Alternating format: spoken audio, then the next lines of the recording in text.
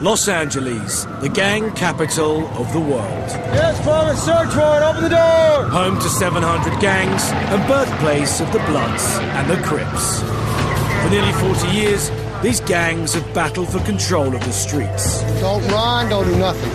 But now they face another threat.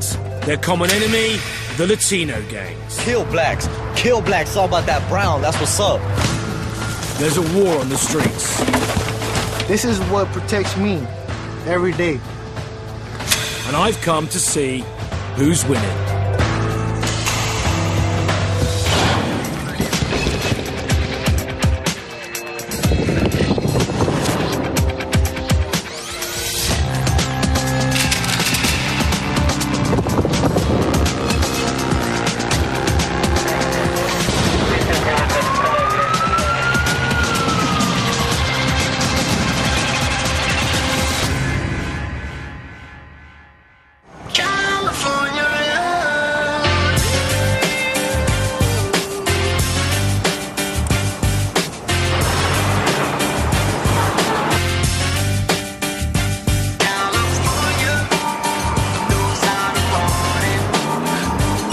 This is Los Angeles in the state of California, the 7th richest economy on the planet.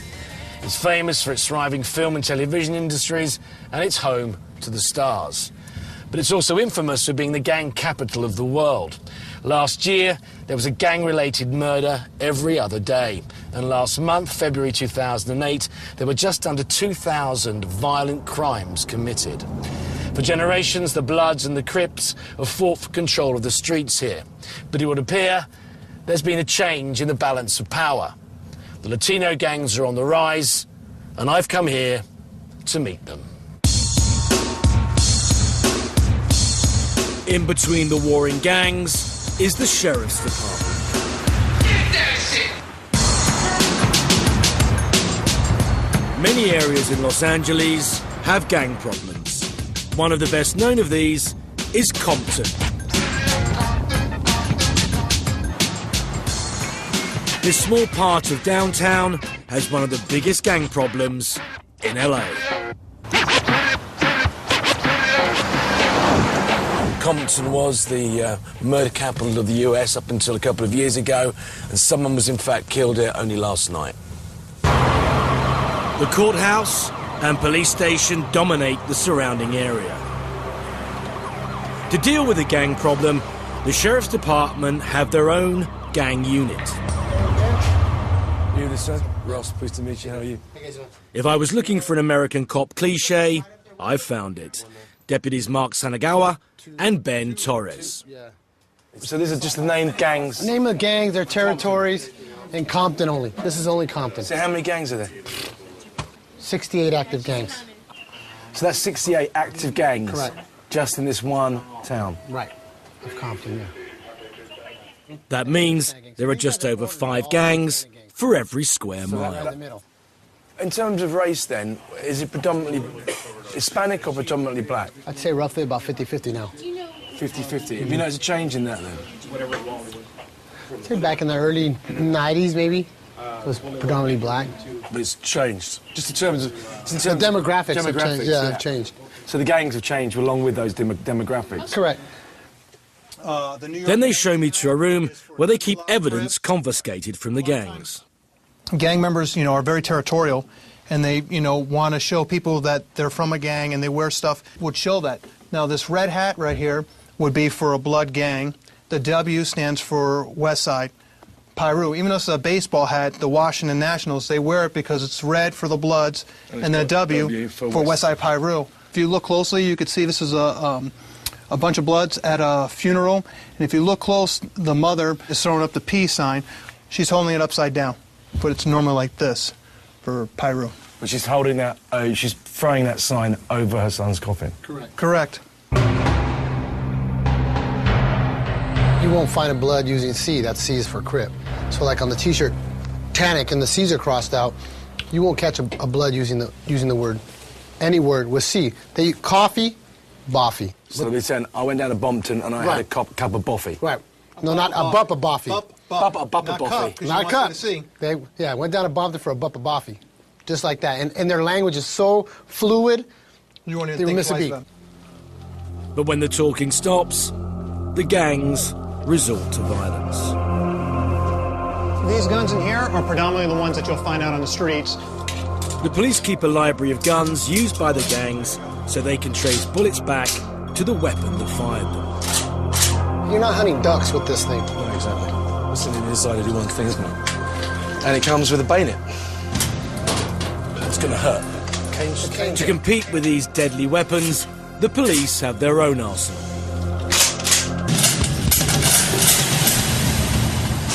As you can see, what these are sting ball grenades. They're actually rubber.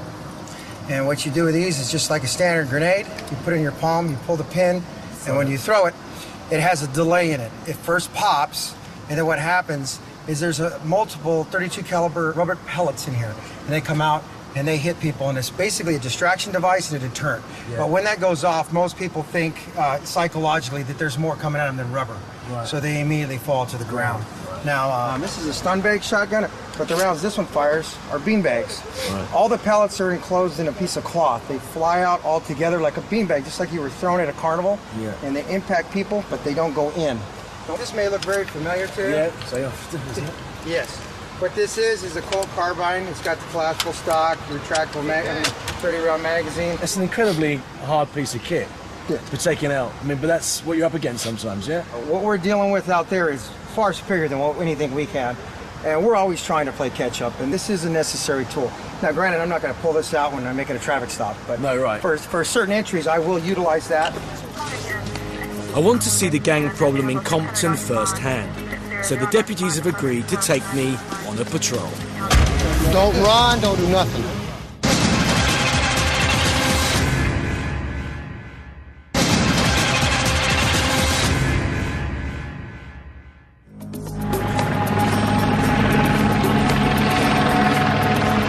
I'm in Los Angeles finding out how the balance of power between black gangs and Latino gangs has changed. All right, 10-4, it's just going to be a slow roll there. It's midnight, and I'm on patrol with deputies Ben Torres and Mark Sanagawa in Compton. This particular part of Compton is notorious for its gang activity. And over here on the right, this is Campanella Park. In the summertime, when the weather's nice, there's more people out and about. There's more drinking, there's more drug taking, more partying, and also there are more victims out. Correct. There's more victims to shoot at when they're standing outside than when they're inside. And there's more suspects out.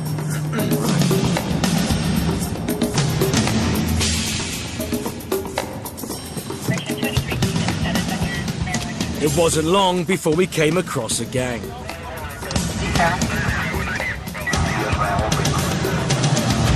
Don't run, don't do nothing. No, stay there. Hey, deer in the back, put your hands forward so I can see it. All the way up. You come around the corner, this is a blood neighbourhood. They call themselves Pyrus around here in Compton, if you're a blood. They were rolling dice, they were chilling, and they're all being searched for drugs. Move your hand again, you're going to get shot. Right there on that hood. Okay, don't Drop your money. Understand me? Okay, don't play. Drop it. The ambition of this in-your-face policing is to keep the drugs and the guns off the street. Tonight, all they find is a small amount of marijuana. What's your first name? My name Ricky. What do they call you, Ricky? I'm Rick Fo. I'm from Folon. You didn't have the patch on you last time I see you. I got shot in the face April 23rd. So you guys are a primarily black gang surrounded by Hispanic gangs. Exactly. You know I was telling you about that back in the office? These guys are basically in the trenches. They're in the middle of everything. One of the things that we came out here to find out whether it was true or not was whether there was a sort of race war going on between the blacks and the Latino gangs.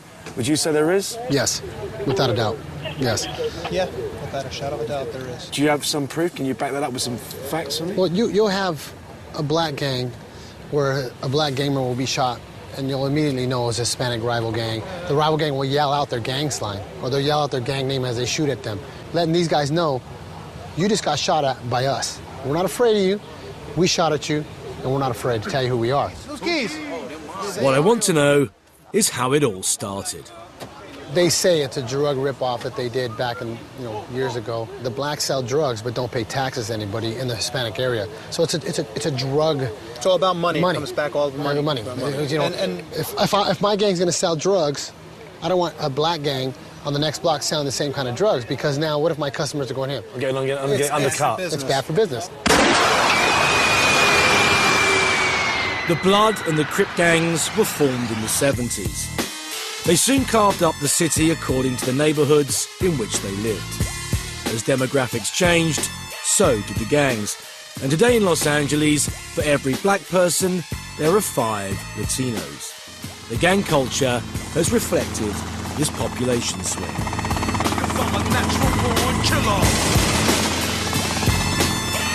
The city's grid system doesn't help, as it enables the gangs to stay divided along racial lines.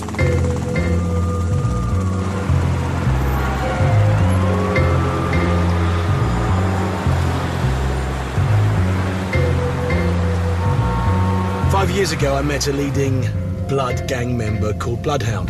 The fact that he's been shot over 20 times is testament to his gangster lifestyle. He's agreed to meet up with me again and talk about the ongoing situation between black and Hispanic gangs.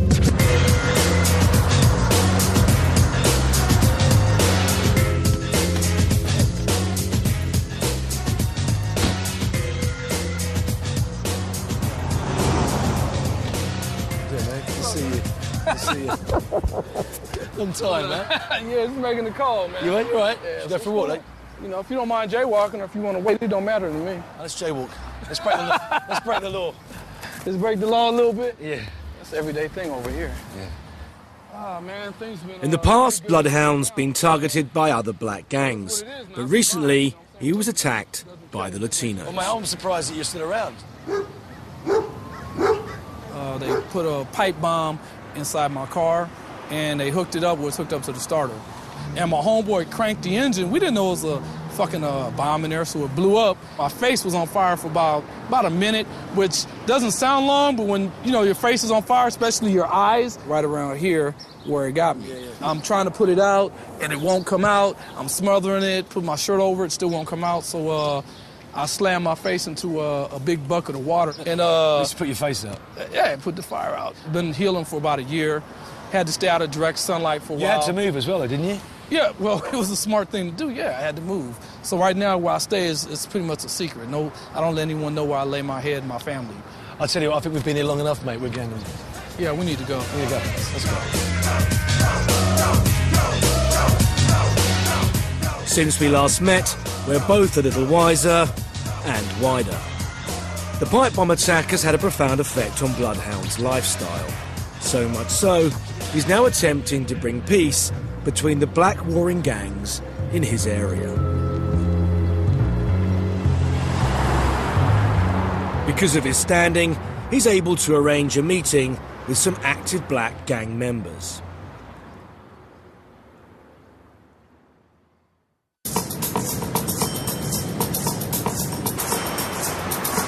A day later, we get a call and head back to Bloodhound's neighbourhood.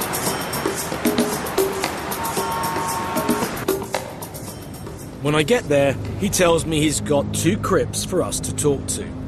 He decided it was safer for him to bring them here than for us to go into Crip territory.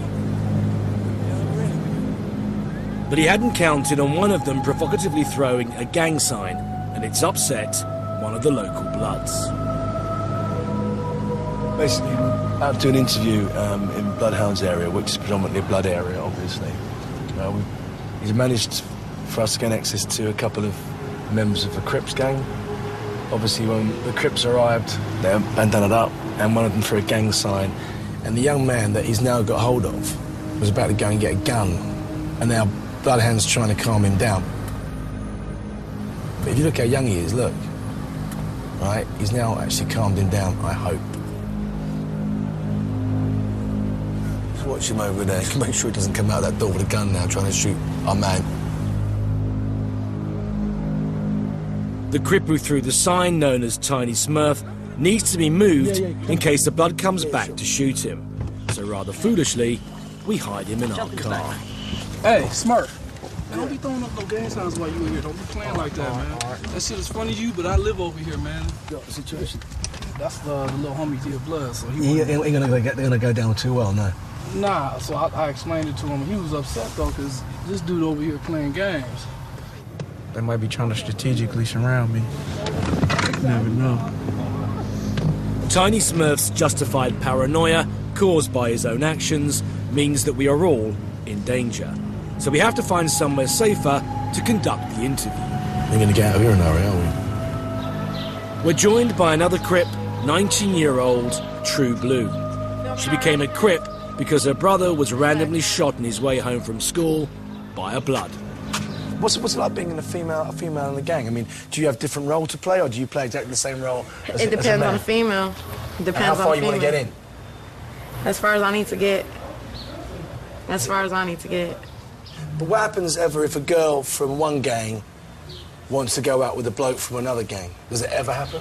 It happens, but it's not best for you, because then it's trouble.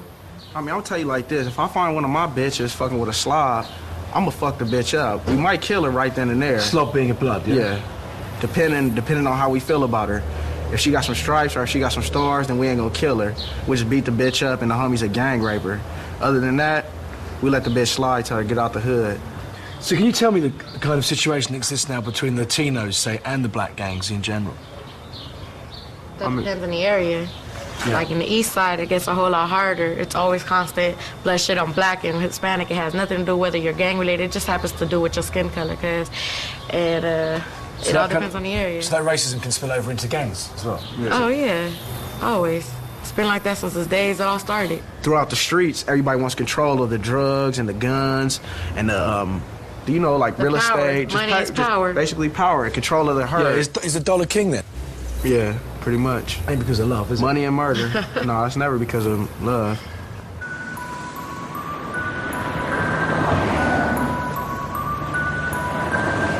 It was time to get the Crips out of blood territory. And as we leave, I notice something I've seen before in gang areas. That's when somebody dies, they do that to represent their soul forever here. They throw their shoes up there to make sure they still alive out here in these streets, just like their name, just recognition. Because we don't get medals of honors, or most of us can't even afford tombstones, so we do that. That means right there a blood has been killed on this street.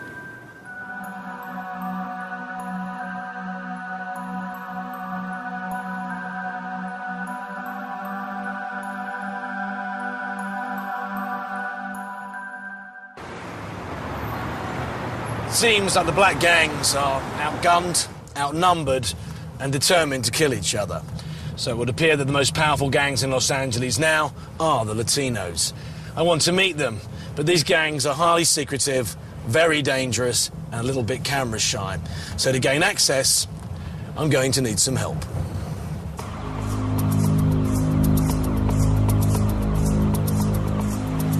Two days later, a contact has promised he'll meet me in a car park an hour's drive from the city centre.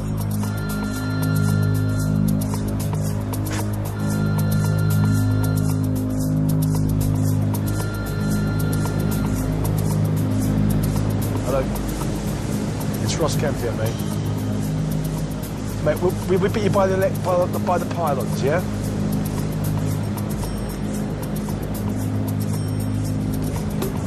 It's now midnight, and I'm following the contact.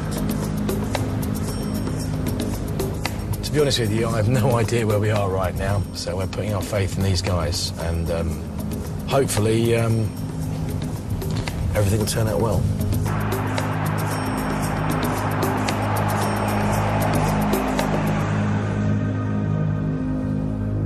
We drive up a dead end where I've been told to ask for Joker. What up, homie? What you need, homie? What you need? Looking for Joker. Joker? Hey, what's up? What's going down? Joker, yeah? What you doing over here in this? We've come to find out about the Latino gangs. Do they want to speak to me? Do they want to speak to me? Yeah. Came to the wrong street. Come around on this block, fuck around and get shot. You know there ain't no way out. What's up, man? How much more for the camera, nigga? Yeah, we be packing. How much more for the camera? Look at this shit. Hey, this is my boys right here, you know what I mean? I'm from Riverside, but this is the homies, you know what I mean? Oh, yeah. We're all sureños. South side. That's right, dog. That's how we do it in this bitch, homie. Right. That's right, dog. That's how we do it. Southern California, man. Don't come to Disneyland. Joker won't speak to us directly until he's checked us out. In the meantime, he's taking us to meet some Sureños, Latino gang members from the south of Los Angeles. We're now following Joker in 2 vehicles full of gangsters. They're taking us to meet a gang called Cali's Finest. They're going to show us their neighbourhood, what they do, and what they get up to.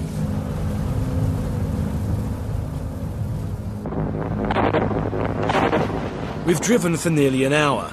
The police make a habit of stopping cars in convoys, so we've been careful not to get spotted.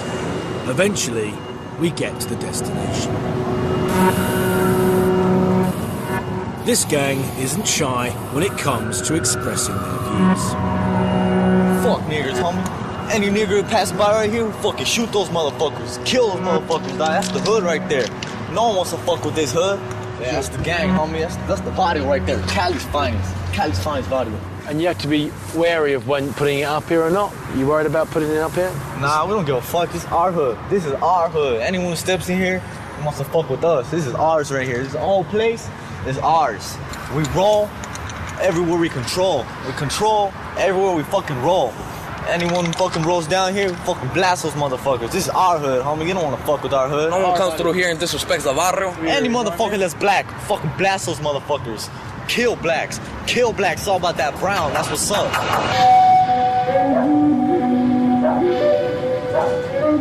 These lads may appear to be just graffiti artists, but they're all strapped, carrying guns.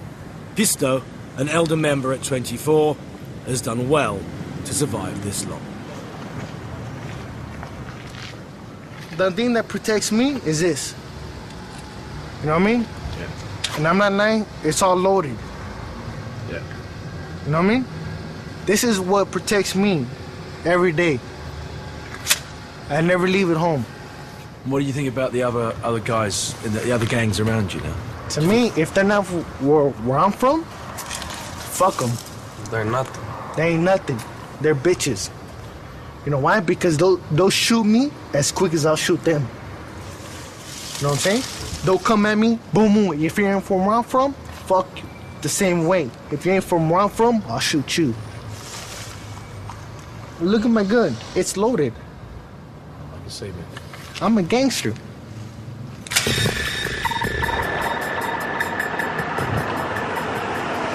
The tagging that we just witnessed may have appeared like simple graffiti, but actually what they're doing is they're spraying this scent. They're identifying their neighbourhood, and they're doing it on the edge of other neighbourhoods. Should another gang have driven by while they were doing it, there would have been a shootout. I was also quite shocked by their racist views and the passion that they have for their gang and their neighbourhood. It was very clear to me that they're prepared to kill for it. I want to know what's behind this hatred, and I'm hoping the Joker will give some answers.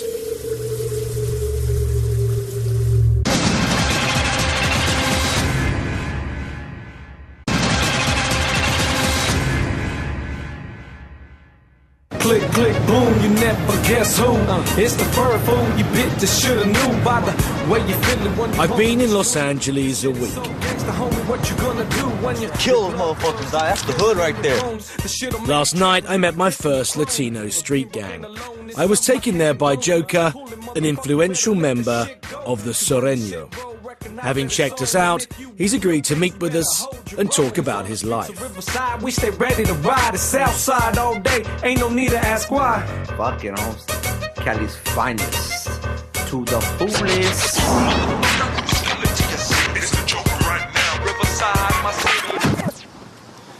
It's Sunday morning and we're in Riverside. We're just about to go and meet Joker again, who we met last night, and hopefully he's going to give us a better insight into how the Latino gangs operate. Joker's on probation. Now this may look like I'm popping around for a cup of sugar, but his reputation precedes him. Last night, I was left in no doubt that he's a serious gangster. Hey, what's up, Ross? How you doing, man? You well? What's going on? All right. The ink on his body is testament to it. Well, thank you for inviting us into your house. Hi there. No problem. That's my my wife. Who's the little chap? This is Ethan. Hi, Ethan. How are you? He's too busy. He's too busy eating. Yeah. How are you, man? You good? I'm all right. What's going down? Well, we just wanted to come over and talk to you, kind of like, try to understand how the Latino gangs operate. We operate, though. Believe that. Yeah, no, we know that, mate, for sure. So the ink thing, some of them, they're not decorative, are they? Some of them tell stories, don't they? Yeah, well, it's all a story. Legs. It's cultural, but what it means is like when they used to sacrifice the people, they used to kill them, skin off their skin and put it on them. It just means really like, you fuck with me, I'm gonna put your skin on me. You're a dead motherfucker. When did that start off?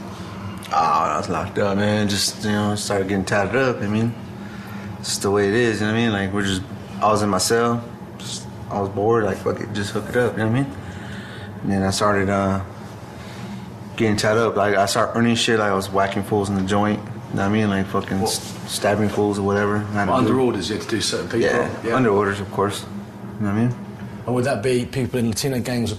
Well, any Latino that was disobeying, they had to get regulated, you know what I mean? So we'd have to fucking deal with them, and that's it. And to kill or just to maim, to hurt? To hurt them, but sometimes to kill too. Motherfucker needs to get killed, regardless, you know what I mean? There's some writing around your neck here. Does it say? I'm just a soul whose intentions are good. I'm just a soul whose intentions are good. Yeah.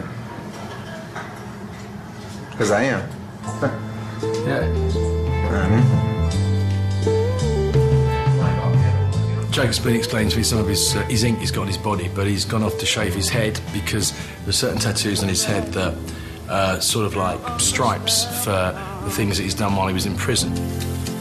But he keeps them covered a lot of the time because they draw unwarranted attention. Oh, but I'm just a soul whose intentions are good. Oh, Lord, please don't let me be misunderstood. Don't let me be misunderstood.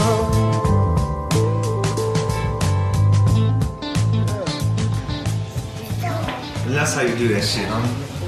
Now I look like Ross Kemp. You know what I'm saying? That's how you do that shit. So when you're inside, man, it's a shaven head. It's part of where you're from, isn't it? We have bald heads for a reason, because we're warriors. We shave our heads for, you know what I mean? The hair don't get in our way when we fight. Can't be grabbed. Exactly. Even though you're south side, you're part of a larger area of south. Sereno. Yeah. Oh, the south. Yeah. Well, shit, look at my neck. What does that say right there? Sereno, man. That's what it says. What it says. I'm Sereno. You know what I mean? Can you just tell us about the ink on the head, please? Which one you want to know about? Wow. The first is the words. Wasn't me. Yeah, that's for the cops. So if I get busted, it wasn't me. You know what I'm saying? I'm still standing? Yeah, that's when I got that scar right there. All right, I got hit by a barbell in prison. Barbell, as in, weights? Yeah. But I didn't fucking fall. I was still standing there like, what's up? That piece of ink that you've got there with the man's face, that represents something. It's screaming? Yeah. What happened there, man? Man, I can't tell you about that, but it is what it is. Can you... So I'm gonna let you do your own definition on that one. Right, mate. Okay. But you can only put that on your head if you've actually... I'm not gonna say that either. Right, okay, man. I mean... It's cool. It's cool. It's cool.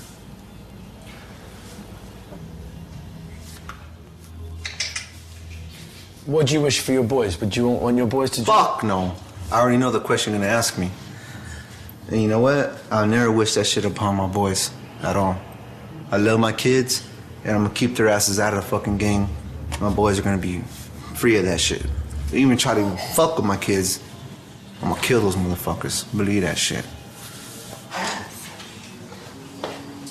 folks. Hi, Wiggle Wiggles. Despite his hospitality, Joker wasn't giving much away. He admitted to working under orders, but won't break the code of silence that exists within the Latino gangs. So what's the next move? Where do I go? Where do I stay? Where do I work? Where do I rest? Where do I play? It feels as though I've been up in this gridlock for days. Still I'm hoping that this shit stops, but hey, life got me stressed. The police have told me that the ultimate control of street gangs comes from one place, a prison gang known as the Mexican Mafia. Yo, life got me stressed. I'm trying to figure what might be the best route. Yeah, but every time I get... I've travelled 2 hours north of LA to Kern Valley State Penitentiary, home to some 5,000 inmates. Good for him? Absolutely. In here we have inmates who basically have nowhere else to turn to. This is basically the end of the line. The end of the line. When it comes to gang members, gang affiliates, and so on and so forth, this is where they end up. Get off the table. Get off clothes. Get off the table. For the 2 block. For their own safety, the men in this yard have been removed from the general prison population. Here, black, Latino and white gang members share the same space in return for a better life. Many of them have been green-lit, which means if they were returned to the main prison, their lives would be in danger. Most of these guys are here for life, aren't they? Very rarely these guys are going to be here, going to be getting out. Yes, that's correct. So they've got to have committed relatively serious crimes in the first place, yeah?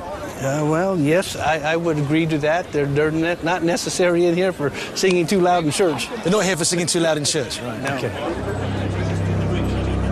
The gang problem has swollen to such an extent that not only do the police have special gang units, but so do the prisons. This is the investigations gang unit. Right. Lieutenant John Garza has been investigating gangs for 14 years. I want to know how the gang gets its orders in and out of prison.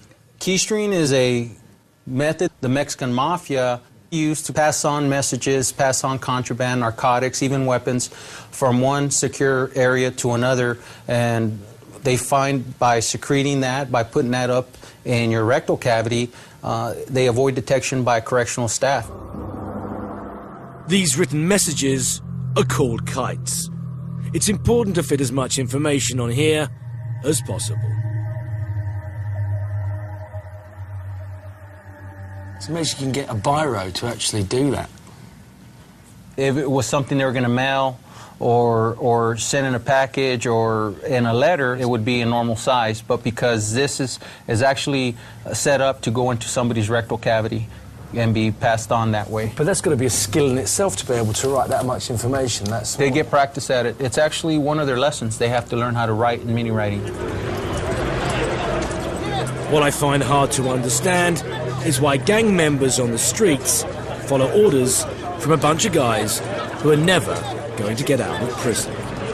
The Mexican Mafia controls the prisons, and basically they tell the street gang members, if you do not do our bidding, eventually you're going to come to the jail, or your family is, and we will go ahead and deal with them then, or we will deal with you then. The Sureño gang faction does have rules and regulations where if the infraction is minor, it's called a chequeada or a minor physical assault where they beat the victim up. And that's like a discipline. You're getting discipline. Tell yourself in line. Get yourself exactly. in line. You broke one of our rules. Don't do it again. Don't do it again. If you do, you might end up there. Correct. For a major offence, the punishments are shocking.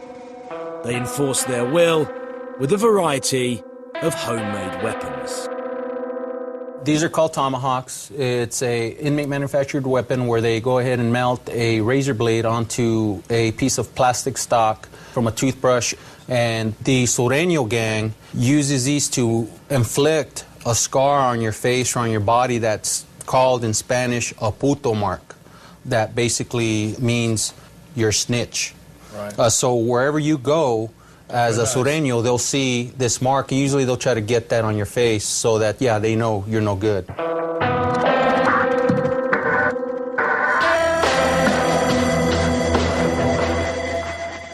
When they come at you this severely, where their intent is to inflict serious injury to your body, that's called a hard hit.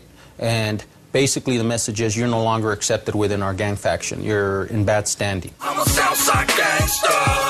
I'm a Southside gangster. I'm a Southside gangster. The fear wielded by the prison gangs keeps everyone silent. And having seen some of the injuries, I'm not surprised. I need to try and find someone connected with the Mexican mafia who's prepared to talk to me. So, I head back to LA.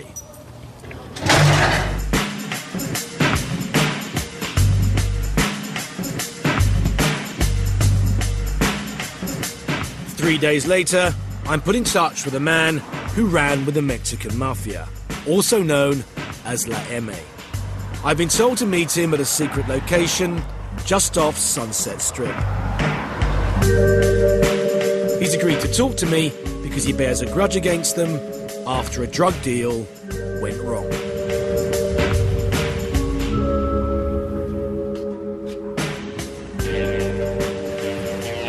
Hi there, man. I'm Kemp. Released from prison 2 years ago, he now lives of his life. They accused me of stealing money for them. Right. They put a green light on me. Yeah, a green light means they put a hit out on you. Yeah? Yes.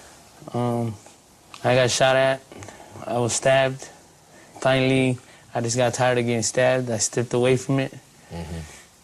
Tell me about the structure of La M and how it operates. From the top guy to the bottom, it's the top guy, and then you have, we'll say, 4 captains, 4 generals, 4 lieutenants, 4 sergeants. And their job is to make sure that everything's being taken care of.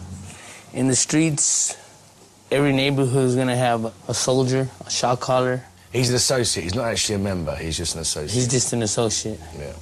An associate basically is a person that's trying to move into being a brother.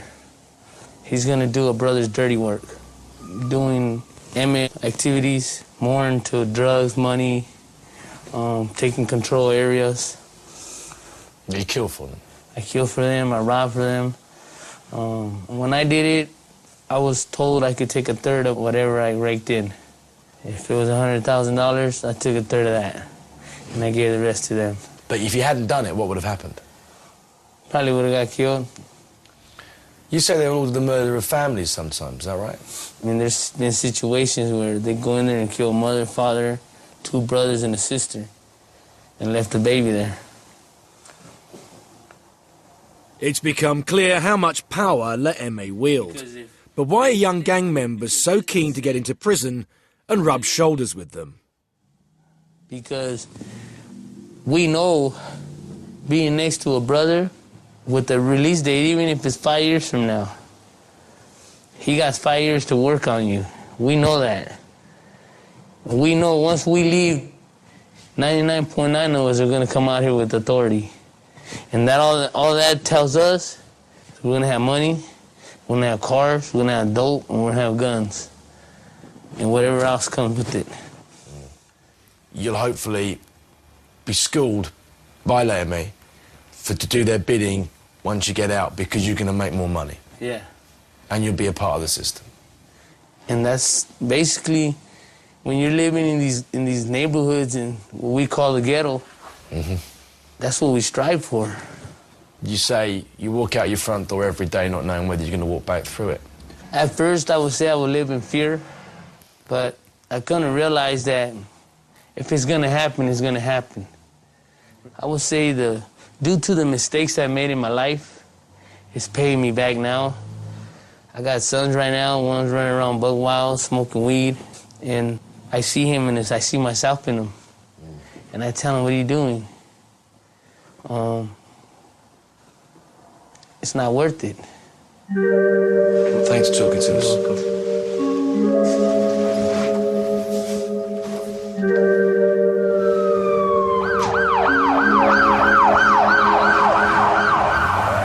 Senior gang members, sometimes known as shot callers, instill in these young gang members the ideas of loyalty, identity, and the promise of wealth. The easy access to firearms, both legal and illegal, means that any form of disrespect, whether it be from throwing a gang sign to slipping into somebody else's neighbourhood, is resolved with gunfire. Once blood is spilt, these young men have little option but to stay in the gang. And every young gang member knows eventually he will wind up in prison. Consequently, most are prepared to give at least a third of their earnings off the street to those in control. Those in control are the Mexican mafia, La M.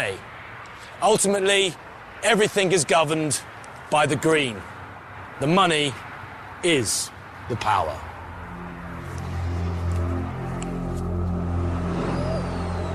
We're coming to the end of our time here, and as we're about to leave, we receive a phone call from Joker, but he's not rung to say goodbye. He's inviting us to a jumping in. This was the one who's gonna get jumped in. A jump-in is an initiation ceremony by which a young man gets baptized into the gang by being beaten up by other gang members. This is gonna be hard. It's gonna be hard? Yeah. Are you ready? I'm ready.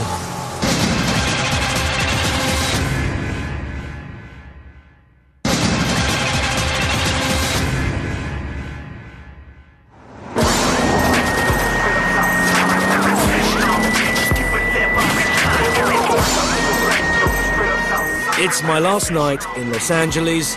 I've been invited to an initiation ceremony to see how you join a Latino gang.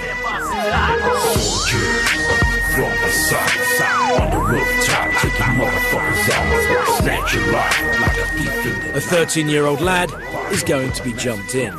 This means he must take a beating from 4 other gang members for the count of 13. Many people at home will find this quite shocking, but I can assure you around here, it's a rite of passage for many young men. Once he's been jumped into the gang, he's in the Southside Reba for life. You're just about to get jumped in, how you feeling? I'm feeling pretty good right now. Right now, do you think you're going to be feeling good afterwards? Not really. Not really, no. Nah, but I'm gonna go for it though. You're going to go for it, yeah? Yeah. You want to be a member of the hood that bad? Yeah.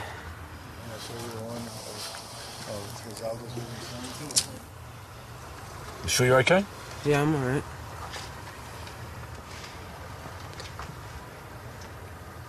All right, man. Alright. Good luck. I need it. To get into the gang, he has to hold his own against them. Arriba los potes. Where?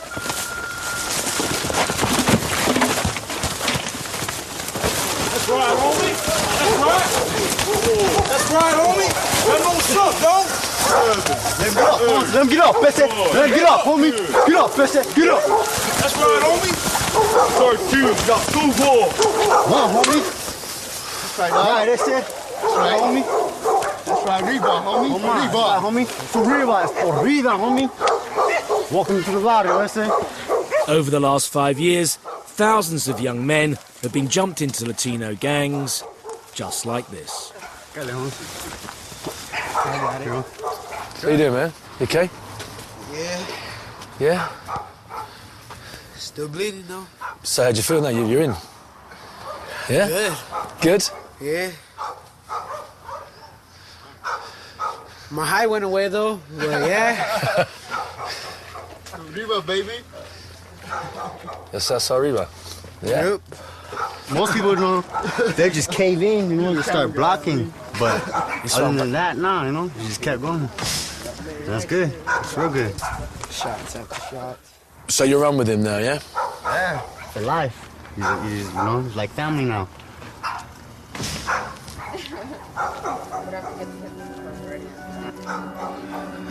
Well, that was a jumping in ceremony. He's gone off with his new gangster buddies for a beer and a smoke. That may have seemed brutal, but that is just a small taste of what life is going to be like for him as a member of a gang in South LA. I leave the last words to Pisto, the Latino gang member I met a week ago. He was also jumped in at 13. He's now 24. Most gangsters his age are either dead or behind bars. This is my life. This is my life. Every day, my life. Carrying this gun. This is my life. The second Ross Kemp on Gangs book is out now. Hit sky.com/Ross Kemp for the chance to win a signed copy plus a signed Series 2 DVD. Tomorrow at the same time, there's action and eye candy in equal measure when Mikey Boy works through a few personal issues in the new series of Prison Break. Next tonight, Sly gets into training as Rocky.